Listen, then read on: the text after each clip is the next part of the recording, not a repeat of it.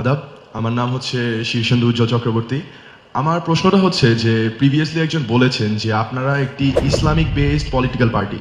তো আপনাদের পার্সপেক্টিভে আমি জানতে চাচ্ছি যে বাংলাদেশের ধর্মীয় সংখ্যালঘু যে জনগণ রয়েছে, যাদেরকে আমরা মাইনরিটি বলি, তাদের নিরাপত্তা এবং তাদের সমান অধিকার প্রতিষ্ঠা এবং নিশ্চিত করায় আপনাদের পয়েন্ট অফ ভিউটা কি, এবং ভবিষ্যতে ইন ফিউচার যদি জামাতে ইসলাম দল একটি সরকারি দল গঠন করে, তবে নাগরিক বৈষম্য দূর করতে এবং ধর্মীয় স্বাধীনতার সাংবিধানিক সুরক্ষাটা বজায় রাখতে আপনাদের স্পষ্ট এবং প্রয়োগযোগ্য নীতিমালাগুলো কি হবে? Thank you.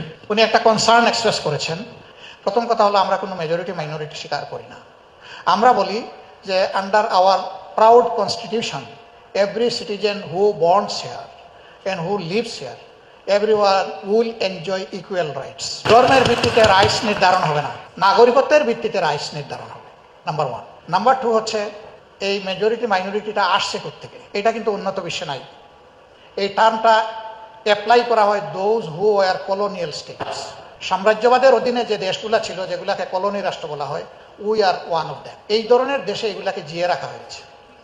এইভাবে ধর্মে বর্ণে ভাষায় যদি মানুষের মধ্যে ফ্রিকশন এবং মুখামুখি থাকে, তাইলে আমরা কিভাবে একটা ঐক্যবদ্ধ জাতি করব?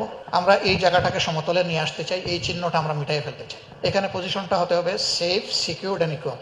আমরা এটা অ্যাসার্ট করব। হিন্দু ছেলেটির প্রশ্নের উত্তরে জামাতের আমি যে জবাবটা দিয়েছে তা কি সন্তোষজনক? আপনি কি মনে করেন? কমেন্টে জানাতে পারেন।